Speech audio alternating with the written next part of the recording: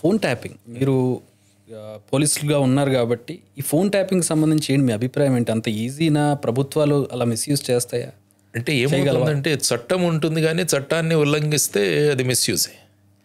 ఎందుకంటే phones tap చేయవచ్చు, ఫోన్స్ను సర్వేలెన్స్లో పెట్టవచ్చు, అది మనకు చట్ట ప్రకారం న్యాయమే. అది ఏంటి ప్రాసెస్ ఎట్లా ఉంటుంది సార్? ప్రాసెస్ ఎలా ఉంటుందంటే సపోజ్ ఫర్ ఎగ్జాంపుల్ చక్రి గారి నెంబర్ని మనం ట్యాప్ చేయాలి, కానీ ఎందుకు ట్యాప్ చేయాలన్నది చాలా ముఖ్యమైన అంశం.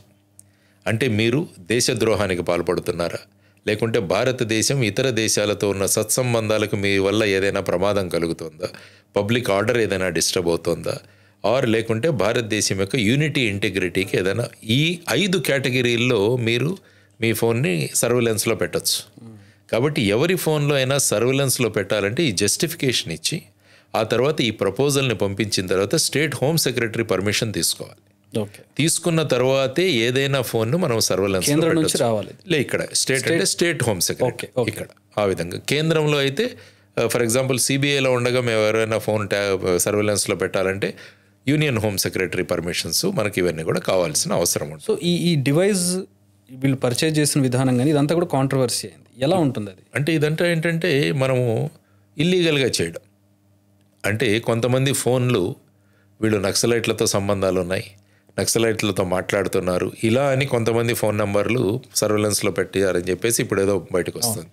ఆ తర్వాత ఒకసారి వచ్చిన తర్వాత పర్మిషన్లు లేకుండానే అనేక నెంబర్లు మనం ట్యాప్ చేయవచ్చు.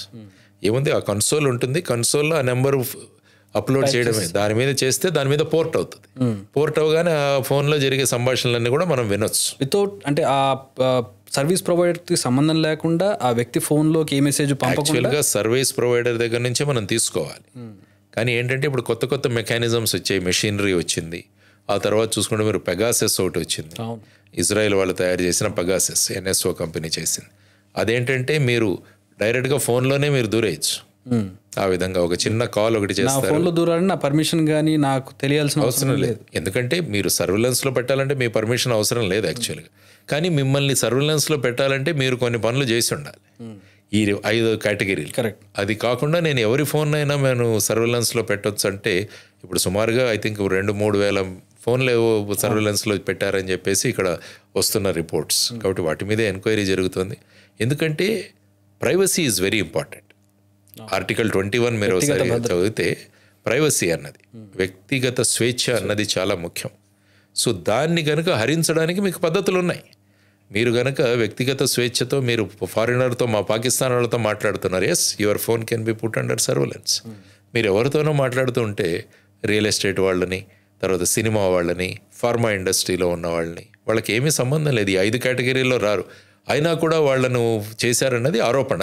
చూద్దాం ఈ ఫైనల్గా SIT నుంచి సిట్ ఎంక్వైరీలో బయట ఏం తేలుతుందో. సార్, ఈ వ్యవస్థలు పొలిటికల్ ఎవరైతే అధికారంలో ఉంటారో వాళ్ళకి అనుకూలంగా వ్యవహరించడం, మీరు CBIలో ఉన్నారు, CBI మీద కూడా ఈ ఆరోపణ ఉంది, CBI పంజరంలో చిలక అనేది.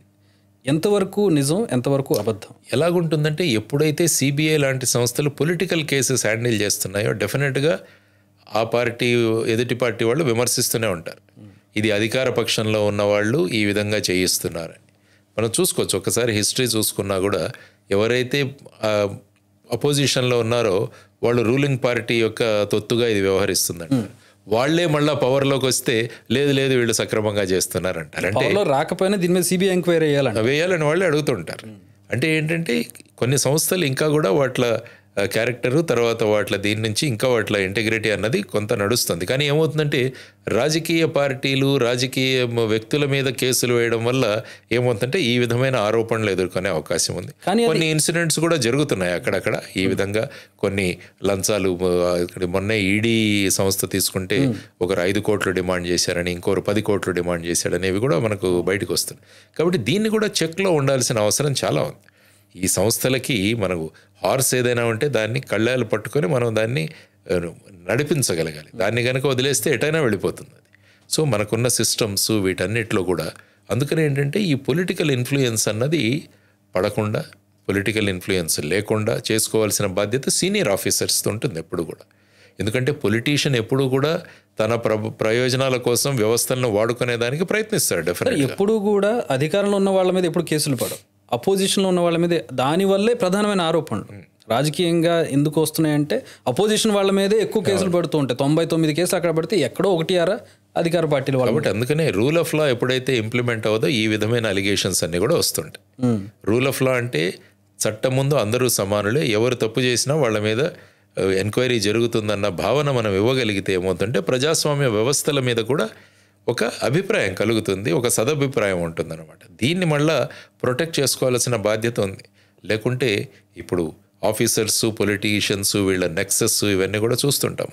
కొంతమంది పార్టీ కార్యకర్తలుగా పనిచేసే వాళ్ళు కూడా ఉంటారు ఆల్మోస్ట్. అంటే యాజ్ ఇఫ్ వాళ్ళు పొలిటికల్ పార్టీలో పనిచేస్తున్నారా అన్న భావన కూడా కలుగుతుంది. సో వీటన్నిటిని కూడా ఆపగలగాలి. మన డిపార్ట్మెంటల్ ప్రొసీజర్స్ ఉన్నాయి, హెడ్ ఆఫ్ ది డిపార్ట్మెంట్స్ ఉన్నారు, వారందరూ కూడా ఇవన్నీ కూడా వైలేట్ అవ్వట్లేదని చూసుకోవాల్సిన బాధ్యత. స్వయం ప్రతిపత్తి ఉన్న సంస్థలు ఎన్ని ఉన్నాయి సార్ ఇండియాలో? స్వయం ప్రతిపత్తి నిజంగా అవి అంటే నేను అనేది ఆన్ పేపర్ కాదు, నిజంగా పనిచేసే స్వయం. యాక్చువల్గా అన్నీ కూడా స్వయం ప్రతిపత్తి సంస్థలే. కానీ ఏంటంటే ఆ స్వయం ప్రతిపత్తి అన్నది ఎంతవరకు మెయింటైన్ అవుతున్నది. ఫర్ ఎగ్జాంపుల్ ఎలక్షన్ కమిషన్ స్వయం ప్రతిపత్తి ఉన్న సంస్థ, రాజ్యాంగ సంస్థ.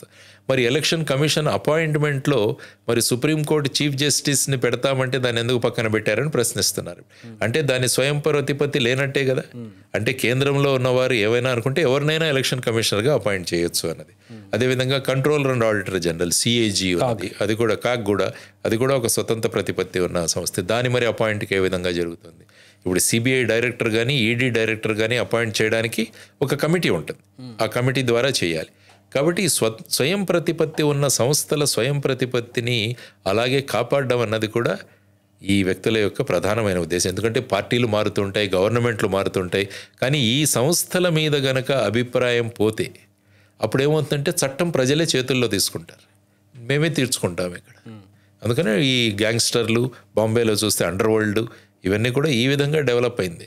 తర్వాత సిస్టమ్ చాలా ప్రొలాంగ్డ్గా టైం తీసుకుంటే 20 సంవత్సరాలు 30 సంవత్సరాలు పడుతుంటే ప్రజలకు ఇన్స్టంట్ జస్టిస్ కావాలి.